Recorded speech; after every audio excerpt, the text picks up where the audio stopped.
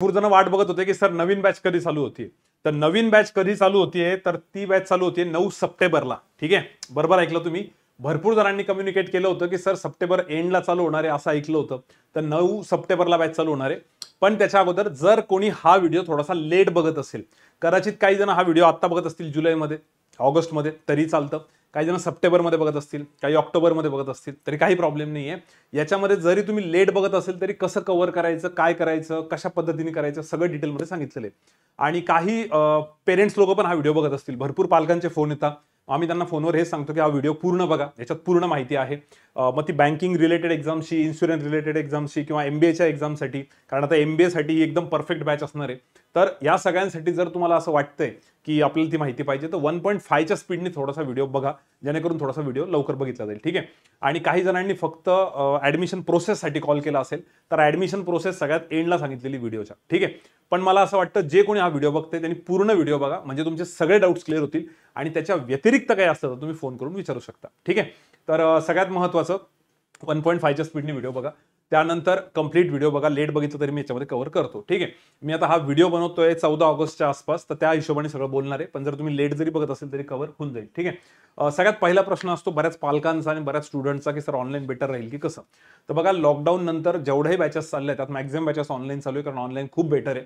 सगळ्यात मोठं रिझन असं आहे की जर समजा तुम्ही काही आजारी पडले, काही तुमचा गॅप पडला, काही ब्रेक पडला, लग्न कार्य असेल घरात, काही एक्झाम्स असतील किंवा काही अजून जे काही कामं असतील तुमचे, तर ब्रेक पडल्यानंतर तुम्हाला कव्हर करण्यासाठी याच्यामध्ये रेकॉर्डेड परत परत बघू शकता व्हिडिओ। आपली बॅच जी आहे ती खूप मोठी आहे, 2-2.5 वर्ष असं नाहीये, त्यामुळे तेवढं बोर नाही होत। ठीक आहे। बऱ्याच वेळेस मुलांचं असं असतं की सर कंटिन्यू तेच तेच तेच ऑनलाईन केलं तर तेवढा प्रॉब्लेम येत नाही। म्हणून ऑनलाईनला तुम्ही तरी विचारून बघा काही स्टुडंट्सला, ते तुम्हाला हे सजेस्ट करतील। तर आमचं मत तेच आहे की त्यामध्ये रेकॉर्डेड परत परत बघता येतं, तो हा सगळ्यात मोठा ऍडव्हान्टेज आहे। त्याच्यानंतर काही डाऊट जर आला सर तर आम्ही कसं विचारायचं, हा खूप जणांचा इश्यू असतो की ऑनलाईनमध्ये असं तर नाही होणार ना की आमचा डाऊट। तर आतापर्यंत जेवढ्याही बॅचेस झालेले असं कधीच होत नाही की एखाद्या स्टुडंटने डाऊट विचारला आणि आम्ही त्याचा डाऊट क्लिअर नाही केला। जोपर्यंत त्याचा डाऊट क्लिअर होत नाही तोपर्यंत आम्ही व्हिडिओ पुढे नेतच नाही। ठीक आहे। पण मग सर असं प्रत्येकाचा डाऊट घेत बसलं तर किती वेळ लागेल, तर तसं नसतं। एक प्रॉपर सिस्टीम लावलेली आहे की पहिली गोष्ट, आता इतका अनुभव आहे की डाऊट येतच नाही मुलांना, सगळ्या गोष्टी इतक्या प्रॉपरली सांगितलेल्या असतात। बऱ्याच वेळेस मुलं ते डाऊट विचारत पण नाही, तरी आम्ही ऍडिशनली सांगतो की कदाचित काही जण रेकॉर्डेड जरी बघत असेल तर त्यांना हा डाऊट येऊ शकतो। त्यामुळे मुलांचे फोनवरती शक्यतो 1-2 मेजर इश्यू असतात की सर ऑनलाईन लावू का, तर 100% ते बेटर आहे, कारण त्यात पूर्ण व्हॅलिडिटी भेटते तुम्हाला वर्षभर। तुम्ही तेच रिपीट खूप वेळेस बघू शकता जर तुम्हाला नाही कळालं तर। दुसरं, डाऊट येतच नाही, जोपर्यंत डाऊट येत नाही तोपर्यंत आम्ही पुढे जात नाही।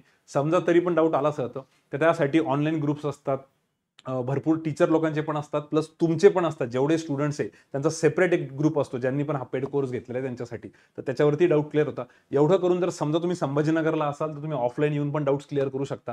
जर संभाजीनगरला नसाल तर ऑनलाईन पण तुम्ही कसे डाऊट क्लिअर करायचे त्यासाठी पण फॅकल्टी टीम असते। त्यामुळे हा प्रॉब्लेम तर कधी कोणाला येतच नाही, पण हा भरपूर जण ऍडमिशन घेण्या अगोदर विचारतात, त्यांना थोडासा डाऊट असतो। त्यामुळे मी नेहमी सजेस्ट करेल, आणि आतापर्यंत मागच्या कितीतरी वर्षात लॉकडाऊनपासून प्रत्येक वेळेस आम्ही हेच सजेस्ट केलंय, कारण ऑनलाईनचे रिझल्ट पण तेवढे जास्त आहेत। ठीक आहे। कारण मुलांना तो एक ऑप्शन जो आहे रिपीट बघण्याचा, तो खूप जबरदस्त असतो। ठीक आहे।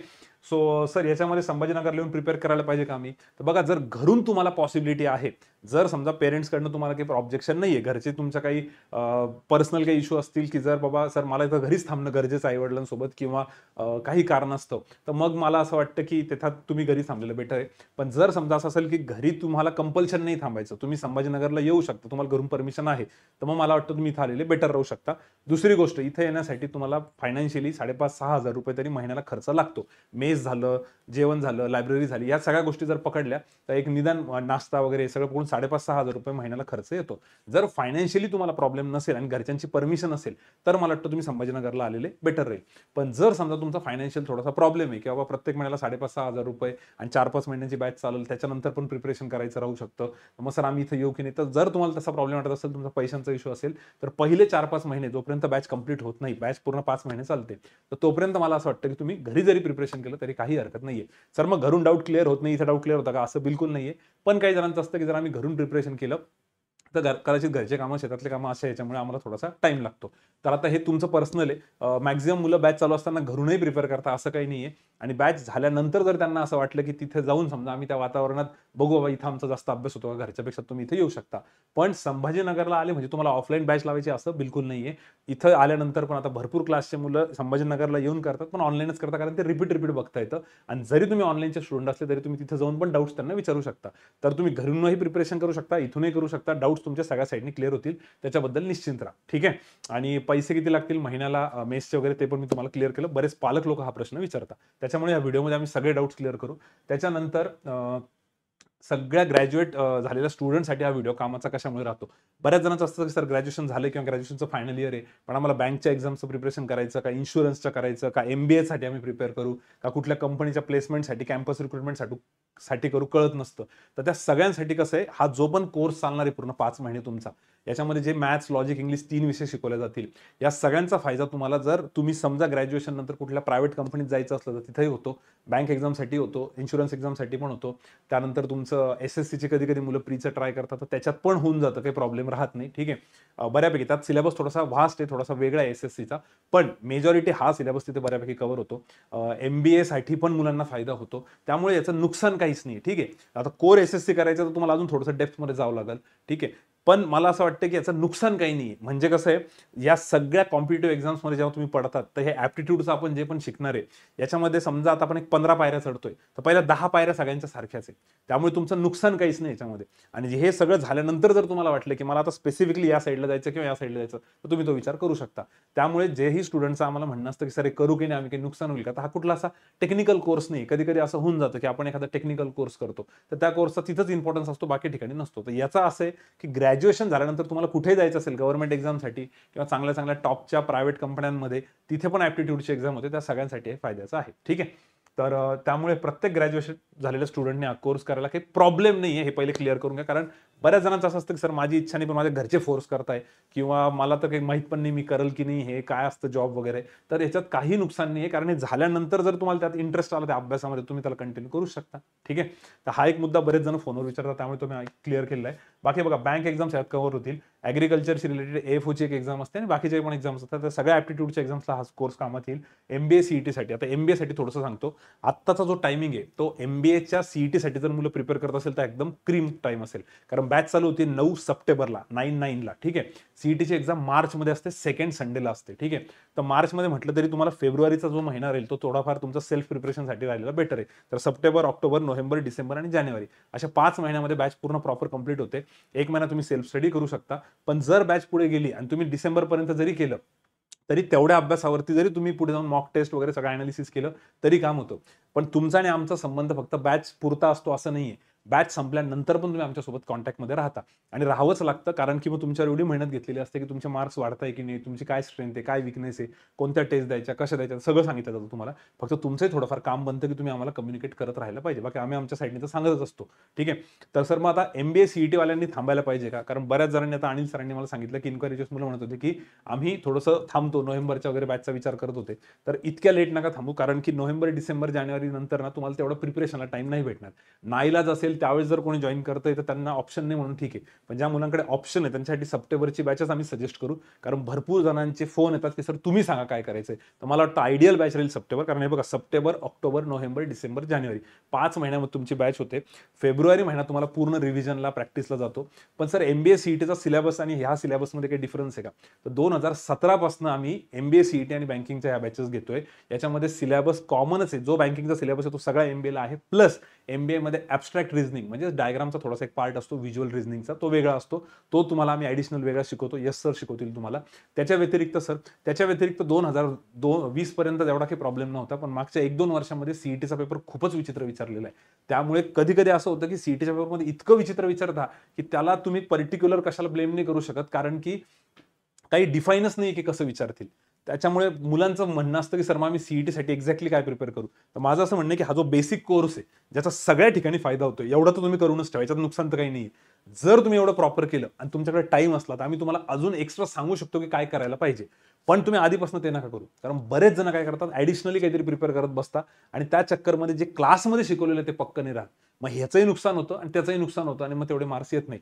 अदरवाईज तुम्ही बघितलं तर मागच्या 7 वर्षामध्ये ज्याही स्टुडंट्सनी हा बँकिंगचा आणि MBAचा हा बेसिक कोर्स केलेला आहे, यानंतर सीईटीच्या एक्झाममध्ये 96, 97, 98, 99 पर्सेंटाईल, आता तर 99.28, 99 भरपूर स्टुडंटला एवढे पर्सेंटाईल भेटलेले. टॉपचे जे कॉलेजेस आहेत, जमनालाल बजाज, सिडनम, वेलिंगकर, प्रत्येक पहिल्या टॉप 10 कॉलेजमध्ये पुंबा पकडा, सगळेच पकडा तुम्ही, प्रत्येक कॉलेजेसमध्ये आपले स्टुडंट्स आहेत आणि त्यांना काही वेगळं शिकवलं अशातला प्रश्न नाहीये.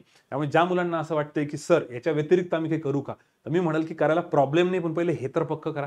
एवढं जरी पेपरमध्ये तुम्ही नीट इम्प्लिमेंट केलं तरी भरपूर असतं, कारण की इतका सिलेबस कव्हर होतच नाही मुलांकडनं. आणि दुसरी गोष्ट, ते काही पण विचारू शकता पेपरला, तर आपल्याला जेवढं तर तेवढं जरी केलं तरी चालतं. आणि हे दरवेळेस आहे. फक्त मागच्या 2-3 वर्षामध्ये सीईटीचा पेपर खूपच विचित्र पद्धतीने त्यांनी फ्रेम केला. मी पण स्वतः दरवर्षी एक्झाम देतो, त्याच्यामुळे मला पण ते दिसतंय की यांनी काहीच काही विचारलेलं आहे, पण त्यामध्ये तुम्हाला जेवढं शिकवलेलं आहे तेवढं तुम्ही केलेलं बेटर आहे. त्यामुळे त्याच्याबद्दल कोणीच गॅरंटी नाही देऊ शकत, ते खूप अनसर्टनिटी आहे, म्हणून तुम्ही एवढं प्रिपेअर करायला पाहिजे. ठीक आहे. तर सीईटीसाठी पण खूप मुलं फोनवरती हे विचारतात, म्हणून मी एकदम क्लिअर केलं. तर जे स्टुडंट प्रिपेअर करता पहिले हे एवढं सगळं पक्क करून घ्या. एवढं झाल्यानंतर तुम्हाला काही एक्स्ट्रा करायचं असेल तर आम्ही नक्की तुम्हाला सांगू की काय करू शकतात. ठीक आहे. ठीक आहे.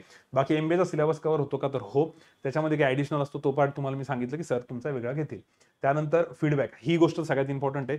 तुम्ही आत्ता MBA सीईटीसाठी बॅच जॉईन करताय किंवा बँकिंगसाठी करताय किंवा कुठल्या गव्हर्नमेंट एक्झामसाठी करताय किंवा तुम्ही कुठल्या ॲप्टिट्यूडच्या एक्झामसाठी करताय की कॉलेजच्या कॅम्पससाठी करताय, जेही मुलं ह्या पर्टिक्युलर कोर्सला किंवा या क्लासला जॉईन करताय, त्या सगळ्यांना माझी रिक्वेस्ट आहे, सजेशन आहे की क्लासला ॲडमिशन घेण्या अगोदर क्लासचा फीडबॅक नक्की घ्या. ठीक आहे. एक बेसिक गोष्ट ही की बाबा तुम्ही फीडबॅक घेतला पाहिजे. आता तुम्ही हा माझा व्हिडिओ बघून नका डिसिजन घेऊ, कारण व्हिडिओ तर मी सांगतोय, क्लासबद्दल सांगणार आहे, तर सगळ्यांना वाटेल की सर चांगलंच सांगणार आहे. पण तरी पण क्लासमध्ये तुमचे काही मित्र, मैत्रिणी, रिलेटिव्ह कोणी ना कोणी ॲडमिशन घेतलं असेल, तर तुम्ही त्यांना डेफिनेटली विचारा. जर तुमचं म्हणणं असेल की नाही आमच्या कोणी ओळखीचं नाही हवं तुमच्या क्लासला, तर तुम्ही ज्या पण सिटीमध्ये राहताय, ज्याही जिल्ह्यामध्ये राहताय महाराष्ट्राच्या वेगवेगळ्या भागातनं सगळेच जण इथे ॲडमिशन घेतात. कोल्हापूर म्हणा, पुणे म्हणा, नागपूर म्हणा, गडचिरोली म्हणा, चंद्रपूर असू द्या, बीड, लातूर, नांदेड, परभणी, कुठलंही घ्या तुम्ही, खानदेश असू द्या. तर तुम्हाला जर असं वाटतं की सर मी त्या पर्टिक्युलर रिजनमध्ये येतो, विदर्भातनं येतो किंवा पश्चिम महाराष्ट्रातनं येतो, तर फक्त आमच्या या ऑफिशियल नंबरवरती तुम्ही एकदा त्यांना विचारा की पश्चिम महाराष्ट्रातनं ज्यांनी कोणी ऑनलाईन कोर्स केला होता तुमचा, त्यांचा नंबर द्या. तर त्या स्टुडंट सोबत तुम्ही बोलून बघा की बाबा तू पण आपल्याच भागातला, तू क्लास केला, तुला कसं वाटलं, समजलं का सगळं व्यवस्थित. तर हे तुम्ही त्या मुलांकडनं एकदा माहिती घेतलेली बेटर आहे. तर तुमच्या ओळखीतलं कोणी असेल तर चांगलंच आहे, नसेल तर मग तुम्ही या नंबरवरती फोन करून त्यांच्याकडनं नंबर घेतले तरी चालेल. किंवा आता हा व्हिडिओ स्टार्ट व्हायच्या अगोदर तुम्ही क्लासचे रिझल्ट बघितले, रिझल्ट खूप भारी आहे आणि खूप जबरदस्त आहे. तर त्यातलंही जर तुम्हाला वाटलं की मला SBIच्या एखाद्या विद्यार्थ्यासोबत बोलायचं आहे किंवा RBIच्या एखाद्या विद्यार्थ्यासोबत बोलायचं, तुम्ही त्यांचेही नंबर घेऊ शकता. ठीक आहे. पण माझी अशी इच्छा आहे की तुम्ही सिलेक्टेड मुलांशी एकदा कॉन्टॅक्ट केल्याशिवाय, फीडबॅक घेतल्याशिवाय ॲडमिशन शक्यतो घेऊ नका. ठीक आहे. तर हे सगळ्यात महत्त्वाचं होतं. आता 9 सप्टेंबरला बॅच चालू होती. आता सर बाकीच्या गोष्टी काय, आता मी थोडंसं पटापटा घेतो, एकदम डिटेलमध्ये नाही सांगत आहे सगळं, पण एवढ्या सगळ्या ॲक्टिव्हिटीज आहेत, या भरपूर ॲक्टिव्हिटीज आहेत ज्या तुमच्यासाठी चालतात. म्हणजे तुमचा आणि आमचा संबंध फक्त बॅच पुरता नसतो, बॅचमध्ये तर खूप ॲक्टिव्हिटीज असतात. आता मी तुम्हाला एक सांगत बसलो तर खूप हे होऊन जाईल. म्हणजे तुम्हाला पूर्ण स्टडी प्लॅन, पूर्ण दिवसभर काय करायचं, कसं करायचं, कोणता विषय करायचा, किती करायचं, सगळं सांगितलेलं असतं. ठीक आहे. मटेरियल वगैरे तुम्हाला ₹1 कोणतं पुस्तक वगैरे विकत घ्यायची गरज नाहीये. ठीक आहे. ₹1 पुस्तक विकत घ्यायचं नाहीये, सगळं तुम्हाला ॲपमध्ये भेटून जातं. ठीक आहे. आणि सगळं ऑनलाईन असल्यामुळे सगळं अवेलेबल राहील. डाऊट्स क्लिअरिंगसाठी कोणाला कॉन्टॅक्ट करायचा, कोणाला नाही, ऑनलाईन, ऑफलाईन सगळं सांगितलेलं असतं. त्याच्यानंतर अशा बऱ्याच ॲक्टिव्हिटीज आहे. कधी कुठली एक्झाम आली, त्याचं नोटिफिकेशन, फॉर्म भरायचा काही प्रॉब्लेम असला किंवा टेक्निकल काही इश्यू असला, तर सगळ्यासाठी तुमच्यासाठी टीम रेडी असते. ठीक आहे. तर अशी भरपूर ॲक्टिव्हिटीज आहे. आपण थोडं पुढे जाऊ. बाकी बरेच मुलं फोनवरती हे विचारतात की सर बेसिकपासून ॲडव्हान्सपर्यंत होईल का? तर हो. कारण काही जणांचं असं असतं की सर 10वी आमचा मॅथ्सचा टचच नाहीये, आम्ही कधी कॅल्क्युलेशनच नाही केले तर कॅल्क्युलेटरवर केले. तर एकदम बेसिक लेव्हलपासनं ॲडव्हान्स लेव्हलपर्यंत सगळे टाइप्स कव्हर होतात. त्याला आम्ही नोट्समध्ये असं बनवलेलं आहे 1 स्टार, 2 स्टार, 3 स्टार, म्हणजे इझी, मॉडरेट आणि डिफिकल्ट. तर सगळे लेव्हल कव्हर होऊन जाते. इंटरव्ह्यू, त्यानंतर प्री, मेन्स, इंटरव्ह्यू, त्यानंतर सगळं GD, PI, through and through सगळ्या गोष्टी कव्हर होतात. त्याच्याबद्दल तुम्ही काळजी करू नका. फक्त तुम्ही एक प्रोसेस फॉलो करा, जे काही क्लास टीममध्ये सांगितलं जाईल तसं. 4 ते 5 महिन्यानंतर तुमचा आणि आमचा संबंध सुटत नाही. त्याच्यानंतर पण तुमच्यासाठी भरपूर ॲक्टिव्हिटी असतात. त्यानंतर जवळपास 5 तासाच्या रेग्युलर ऑनलाईन तुमच्यासाठी ॲक्टिव्हिटीज असतात. बॅच संपल्यानंतर पण आमचे भरपूर सेशन असतात. आम्ही तुमच्याशी कॉन्टॅक्टमध्ये राहतो. ज्या मी तुम्हाला ॲक्टिव्हिटीज आधी दाखवल्यात, असं भरपूर असतं. तर ही जी काही फीस असणार आहे या कोर्सची, ही कोर्सची फीस फक्त 4 ते 5 महिन्यांसाठी नसता. जोपर्यंत तुम्ही सिलेक्ट होत नाही तोपर्यंत तुमच्यासाठी वेगवेगळ्या ॲक्टिव्हिटीज चालू असतात.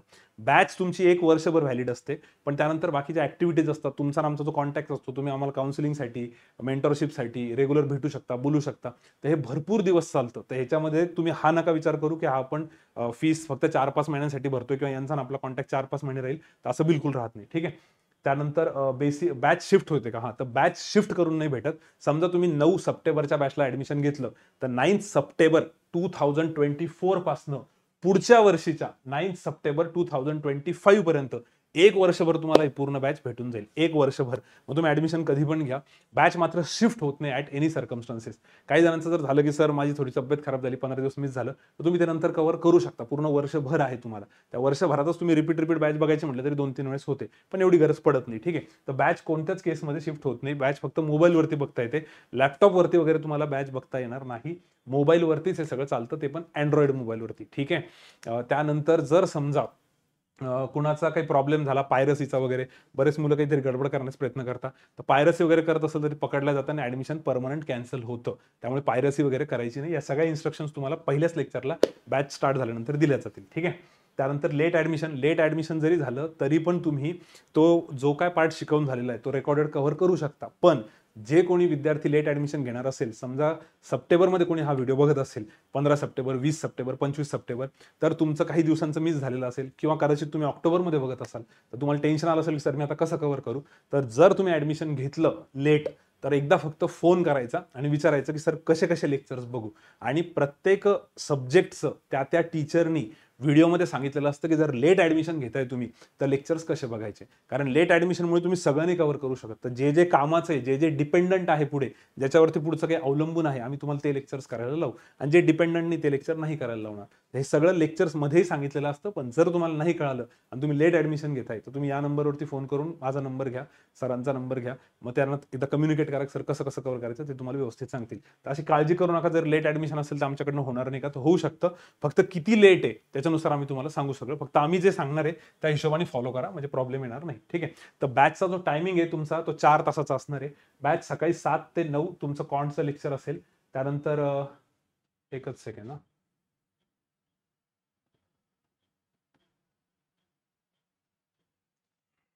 थांबा. बॅचचा टायमिंग वाला पार्ट जरा थोडासा चुकलाय. ठीक आहे. B2 बॅच आहे, याचे टायमिंग थोडेसे चेंज झालेले.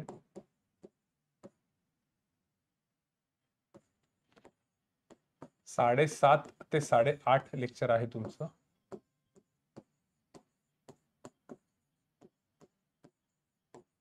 लेक्चरचे टायमिंग असे आहेत तुमचे B2 बॅच. ठीक आहे. हे टायमिंग नका पकडू. पहिलं लेक्चर तुमचं लॉजिकल रिझनिंगचं राहील, दुसरं लेक्चर इंग्लिशचं राहील आणि तिसरं लेक्चर क्वांटिटेटिव्ह ऍप्टिट्यूडचं राहील. हे टायमिंग असतील. ठीक आहे. हे जुने टायमिंग होते, हे नवीन टायमिंग आहे सध्या तुमच्या बॅचचे. तर हे टाइम पकडा. सकाळी 7:30 पासून 11:30 पर्यंत राहील. ठीक आहे. तर या हिशोबाने तुमची बॅच आहे. 3.5 तास बॅच आहे तुमची. ठीक आहे. मध्ये थोडासा ब्रेक पण आहे ऍक्च्युली, नाश्ताला वगैरे आम्ही टाइम देतो जेणेकरून मग मुलांना बोर नाही होत, फ्रेश राहतात. ठीक आहे. त्यानंतर ऑल सब्जेक्टची फीस जी आहे ती 12,000 आहे.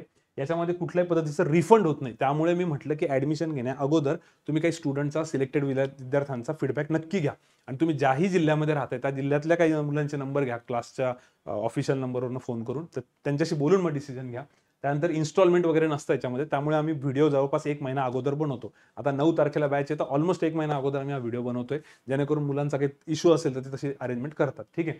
आता काही जुने स्टुडंट असतात की ज्यांनी ऑलरेडी कुठेतरी अनअकॅडमीवर वगैरे इकडे तिकडे ऑनलाईन क्लासेस केलेले असतात, तर त्यांचं म्हणणं असतं की आम्हाला फक्त रिझनिंगची बॅच लावायची किंवा इंग्लिशची किंवा मॅथ्सची एकाच विषयाची, तर त्यांच्यासाठी हे 1 सब्जेक्टसाठी 6,000 असतं जर तुम्ही एकच विषयाची लावता येतं. ठीक आहे. पण शक्यतो जर कोणी नवीन विद्यार्थी बघत असतील, MBA वाले असो, बँकिंगवाले असो, इन्शुरन्सवाले असो, त्या पूर्ण कोर्सची फीस 12,000 आहे आणि ही रिफंड होत नाही. त्यामुळे ऍडमिशनच्या अगोदर तुम्ही 1-2 वेळेस जे सिलेक्ट झालेले स्टुडंट आहे त्यांच्यासोबत चौकशी नक्की करा. ठीक आहे. बॅचचा टायमिंगही चेंज होणार नाही, टायमिंगही तुम्हाला दिलेला आहे. त्याच्यानंतर ऍडमिशन प्रोसेस कशी आहे. आता सगळ्यात महत्त्वाचं की ऍडमिशन प्रोसेस कशी राहील सर, की समजा आम्हाला ऍडमिशन घ्यायचं आहे तर आम्ही काय काय करायचंय. त्यासाठी आम्ही संभाजीनगरला येऊ का, क्लासला व्हिजिट करू का, तर नाही, तुम्हाला क्लासला यायची गरज नाही. घर बसल्या तुमचं ऍडमिशन होईल. फक्त एक 5-10 मिनिटाची प्रोसेस आहे, पण मी ती एकदम डिटेलमध्ये एक्सप्लेन करतो कारण बऱ्याच जणांना या प्रोसेसबद्दल माहीत नसतं किंवा फर्स्ट टाइम कधी पेमेंट करत असतं ऑनलाईन, तर त्यासाठी मला थोडंसं डिटेलमध्ये सांगावं लागेल. ठीक आहे. सगळ्यात पहिले तुम्ही क्लासचं ॲप डाउनलोड करा. प्ले स्टोअरवरती जायचं, SSA नाव जरी सर्च केलं तर तुम्हाला हा लोगो आणि ॲप असं सापडून जाईल, किंवा तुम्ही या व्हिडिओच्या डिस्क्रिप्शनमध्ये जरी बघितलं तर तुम्हाला लिंक भेटून जाईल. तर सिम्पली प्ले स्टोअरवरती SSA टाईप करायचं, SS आणि A, Shubham search academy, SSA. Okay. सगळ्यात पहिले ॲप डाउनलोड करा. आणि लिंक तुम्हाला डिस्क्रिप्शनमध्ये दिलेली आहे किंवा तुम्हाला सापडून जाईल प्ले स्टोरवर. ही पहिली स्टेप. दुसरी स्टेप, त्याच्यावरती लॉग इन करताना तुमचं कंप्लीट नाव टाका आणि तुमच्या नावासोबत ईमेल ॲड्रेस, मोबाईल नंबर वगैरे जे असेल ते ॲज अ पेरेंट्स म्हणून लॉग इन नका करू, ॲज अ स्टुडंट म्हणूनच करा. ठीक आहे. नॉर्मल सगळ्या डिटेल्स भरून टाकायच्या ज्या आहेत त्या. पण या डिटेल्स भरताना तुमचं नाव, ज्या नावाने तुम्ही ॲडमिशन घेताय, जे तुमचं नाव आहे तेच टाका. भावाचं, मित्राचं, आई वडिलांचं नाव टाकू नका. तुमचंच नाव टाका प्रॉपर. मोबाईल नंबर पण तुमचाच ठेवा. तुमच्याच मोबाईलमध्ये हे ॲप डाउनलोड करा. काही जणांचं असं होईल की सर पेमेंट माझ्या मोबाईलमधनं नाही करणार आहे. पेमेंट तुम्ही दुसऱ्याच्या मोबाईलवरनं केलं तरी चालेल, पण नाव टाकताना, डिटेल्स टाकताना तुमच्याच डिटेल्स टाका, ज्यांचं कोणाचं ॲडमिशन असेल. ठीक आहे. बऱ्याच स्टुडंट्सच्या हाऊसवाईफ असतात, त्यांचं ॲडमिशन असतं, तर त्यांचंच नाव टाका, तुमचं नाव नका टाकू. ठीक आहे. तर नाव त्यांचं, मोबाईल नंबर पण त्यांचाच, ईमेल ॲड्रेस पण त्यांचाच. ठीक आहे. तिसरी गोष्ट, आता राहिलं फक्त पेमेंट करायचं. तर पेमेंट कसं करायचं? तर हा नंबर आहे 8421368896. या नंबरला व्हॉट्सअपला तुम्हाला फक्त एक मेसेज करायचा आहे. व्हॉट्सअपला फक्त तुम्हाला त्यांना एक मेसेज करायचा आहे की सर मला ॲडमिशन घ्यायचं आहे, लिंक पाठवा म्हणून. ठीक आहे. पेमेंटची लिंक पाठवा. आता पेमेंटची जी लिंक येईल त्या पेमेंटच्या लिंकला एकदा चेक करून घ्या शुभम सर्स अकॅडमी लिहिलंय का. ठीक आहे. बऱ्याच वेळा असं होतं की सर मी वेबसाईटवरती जाऊन पेमेंट केलं, इकडे तिकडे केलं, कुठल्या तरी दुसऱ्या याच्यावर केलं. तर असं करू नका. त्यांना फक्त व्हॉट्सअपला मेसेज करा, तर तुम्हाला लिंक येऊन जाईल. लिंक आल्यावर कसं आहे सर, हे बघा लिंक मी तुम्हाला एक प्रोसेस दाखवतो कशी आहे. लिंक येऊन जाईल तुम्हाला. त्या लिंकवर क्लिक केलं की तिथं लिहिलेलं असेल SSS B4 सप्टेंबर 2024 बॅच. हे असं लिहिलेलं असेल 9 सप्टेंबर बॅच. B4 बॅच आहे. बॅचचं नाव B4 आहे. B4. ओके. हे लिहिलेलं असेल म्हणून म्हटलं चेक करा. उगाच तुम्ही कुठेतरी दुसऱ्याच लिंकवर क्लिक नको करायला. ठीक आहे. आणि या नंबरवर नाही, ऑफिशियल नंबरवरनं जी लिंक येईल त्याच्यावरच क्लिक करा. त्याच्यानंतर त्याच्यावर नेक्स्ट करायचं. ठीक आहे. नेक्स्ट केलं की तिथे अमाऊंट ऑलरेडी प्रिंटेड असते. या अमाऊंटला एडिट करता येत नाही, काही एडिट करता येत नाही. झालं ना, तुम्हाला एडिट करता येतं ना, आम्हाला बँकेकडनंच ॲज इट इज आलेलं असतं. इथे तुम्हाला तुमचं नाव टाकायचं आहे, तुमचा ईमेल ॲड्रेस टाकायचा आहे. तुम्ही ज्या नंबरवरनं मोबाईल ऑपरेट करणार आहे, ज्या नावाने ॲडमिशन घेतलेले तोच मोबाईल नंबर टाकायचा. ठीक आहे. हा नंबर नंतर चेंज होत नाही, त्यामुळे नंबर विचार करूनच टाका. त्यानंतर गुगल पे किंवा फोनपे तुम्ही करू शकता. शक्यतो गुगल पे प्रिफर करा. पण नेट बँकिंग किंवा EMI थ्रू किंवा कार्ड पेमेंट शक्यतो करू नका, त्याच्यावर चार्जेस जास्त लागतात.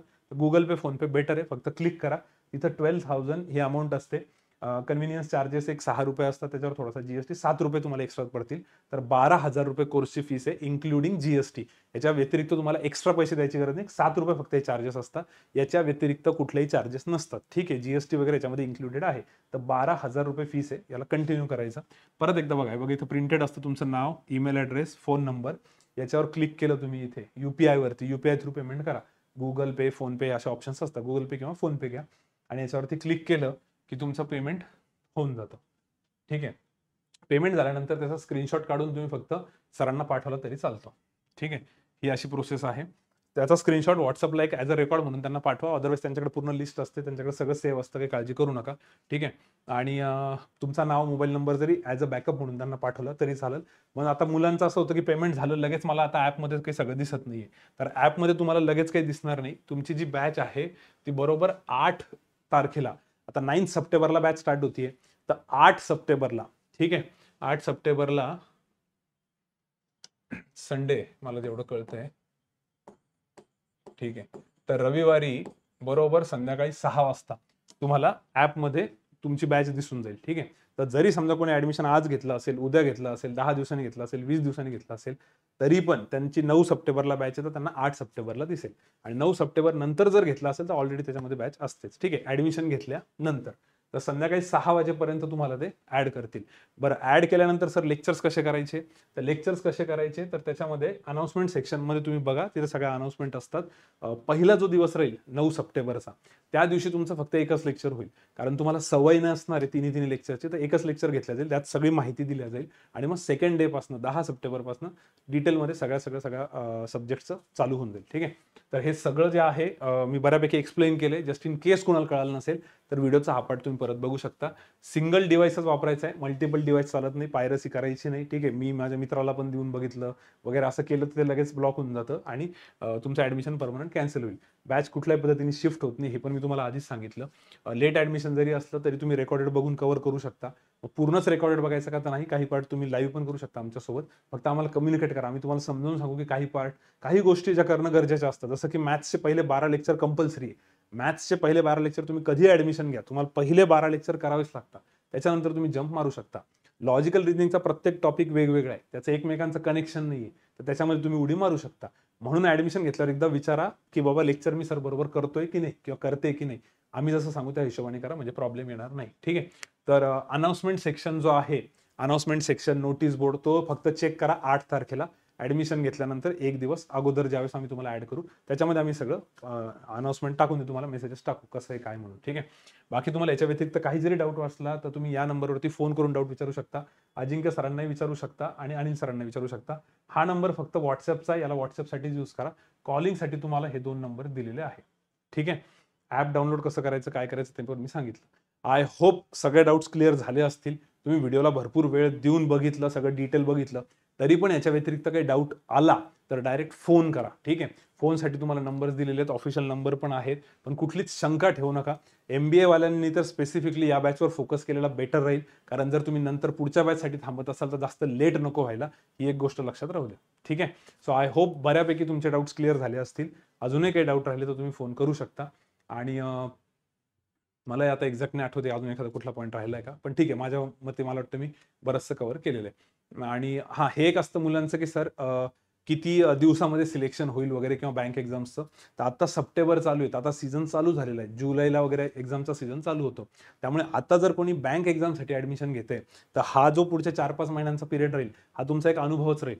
तुमचं खऱ्या एक्झाम्स, खऱ्या टार्गेटेड एक्झाम पुढच्या वर्षी राहील. त्यामुळे असं कधीच नाही करायचं की एकदा एखादा नोटिफिकेशन बघितलं तुम्ही, समजा आता SBIचं नोटिफिकेशन आलं काही दिवसात, तर सर मी SBIची ॲड बघितली मग मी बॅच जॉईन करू का, तर काही उपयोग होत नाही. कारण एवढा कमी दिवसामध्ये प्रिपरेशन होत नाही. ठीक आहे. तर ही बॅच एक प्रॉपर 4-5 महिने होईल. आपली त्याच्यावर self study, mock test, analysis सगळं चालतं आणि याला थोडा वेळ लागतो. ठीक आहे.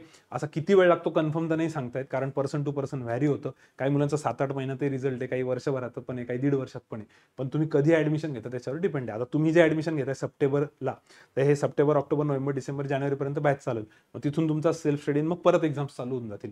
वर्षभरात या बँक एक्झाम्समध्ये भरपूर परीक्षा असतात. त्याच्यामुळे खूप सगळे मुलं याला प्रिफर करताय. ठीक आहे. आणि MBA वाल्यांनी पण फक्त CETच्या भरोशावर नका बसू, बाकीच्या पण एक्झाम्स द्यायला पाहिजे. कारण की कसं एका एक्झामच्या भरोशावर वर्षभर खेळणं थोडंसं मुश्किल आहे. त्या दिवशी काही गडबड झाली, काही प्रॉब्लेम झाला, पेपर थोडासा अवघड येऊन गेला, विचित्र पेपर सेट झालं तर. त्यामुळे शक्यतो तुम्ही जिथे जास्त एक्झाम्स आहेत त्याचा विचार करा. म्हणून एवढे सगळे मुलं या कॉम्पिटिटिव्ह एक्झाम्समध्ये विचार करताय. कारण बँकेच्या 30-40 एक्झाम्स तर वर्षभरात होतात, क्लरिकलच्या ऑफिसरच्या पकडून जर सगळे फॉर्म भरले तर. त्याच्यामुळे मुलांचं जास्त टार्गेट आहे. पण या सगळ्या एक्झाम्स असं 2 महिन्याच्या प्रिपरेशनवर नाही होत. त्याला टाइम द्यावा लागतो, पेशन्स लागता, कॉम्पिटिशन पण आहे, नाही अशातला प्रश्न नाही. आता हे डिटेलमध्ये मी तुम्हाला पहिल्या लेक्चरला सगळं समजावून सांगेल. पण तरी काही डाऊट असेल तुम्ही तुमच्या रेफरन्सेसला विचारा, ज्यांनी तुम्हाला पाठवलं होतं, क्लासबद्दल माहिती दिली होती. पण नक्की एकदा पूर्ण माहिती घेतल्यावरच ॲडमिशन घ्या. ठीक आहे. तर हे तुम्हाला मी क्लिअर सांगितलं. आणि याच्यामध्ये 3ही सब्जेक्ट्सबद्दल मी तुम्हाला सांगितलं. याच्यामध्ये जनरल अवेअरनेस आणि कम्प्युटर हा एक सब्जेक्ट असतो मेन्ससाठी. ठीक आहे. कम्प्युटर सगळ्या पेपरला नसतो आणि जनरल अवेअरनेस मेन्ससाठी असतो. तर जनरल अवेअरनेसचं जे तुमची बॅच संपल्यानंतर कसं प्रिपेअर करायचं, काय करायचं, याच्याबद्दल आम्ही तुम्हाला गाईड करू. त्याच्याबद्दल आपण आजपर्यंत तरी कधी तो सब्जेक्ट शिकवला नाही, कारण त्याची गरज नाही पडत. जनरल अवेअरनेसचं मुलं स्वतः प्रिपेअर करतात. पण कोणकोणते फ्री सोर्सेस आहे, कोणकोणते अवेलेबल सोर्सेस आहेत, कसं करायला पाहिजे, जे पण विद्यार्थी सिलेक्ट झालेले क्लासचे, आता जेवढेही मुलं आतापर्यंत सिलेक्ट झाले, तुम्ही बघितलं असेल रिझल्ट लेक्चर व्हिडिओच्या स्टार्टिंगला, कोणालाही आम्ही इथं जनरल अवेअरनेस शिकवलेलं नाहीये. त्या मुलांनी स्वतः प्रिपेअर केलेलं आहे, पण त्यांना गाईड केलेलं आहे. तर त्याच्यासाठी त्या विद्यार्थ्यांचा मी तुम्हाला नंबर देऊ, पण बॅच झाल्यानंतर, कारण बॅच चालू असताना ह्या 3 विषयांचाच अभ्यास भरपूर असतो, तर हेच प्रॉपरली होत नाही. त्यामुळे जर जनरल अवेअरनेसचा तुम्ही विचार करताय तर ते बॅच झाल्यानंतर ते कसं करायचं, काय करायचं, कशातनं करायचं, हे सगळं आम्ही तुम्हाला रेग्युलर व्यवस्थित टप्प्याटप्प्यात सांगू. फक्त तुम्ही आधीपासून नका करू ते, नाहीतर त्याच्यात वेळ वाया जाईल तुमचा. हे 3 विषय कच्चे राहून जातील, कारण हे प्री झाल्याशिवाय त्याचा काहीच उपयोग नाही आणि ते मेन्सला येतं. ठीक आहे. हे सगळं मी तुम्हाला पहिल्या दुसऱ्या लेक्चरला डिटेलमध्ये सांगून देईल. ओके. आय होप की सगळ्यांनी व्हिडिओ पूर्ण बघितला असेल. व्हिडिओ पूर्ण बघितल्याशिवाय ॲडमिशन घेऊ नका. ठीक आहे. चलो, तर आपली भेट होईल 9 तारखेला. 9 तारखेला एकच लेक्चर राहील आणि 10 तारखेपासून मात्र सगळे लेक्चर चालू होतील. ठीक आहे. अजूनही काही डाऊट वाटले तर प्लीज ते डाऊट तुम्ही ऑफिशियल नंबरवरती किंवा या नंबरवरती कॉल करून विचारू शकता. ठीक आहे. चलो, so will stop here. Thank you. Bye bye. Good day.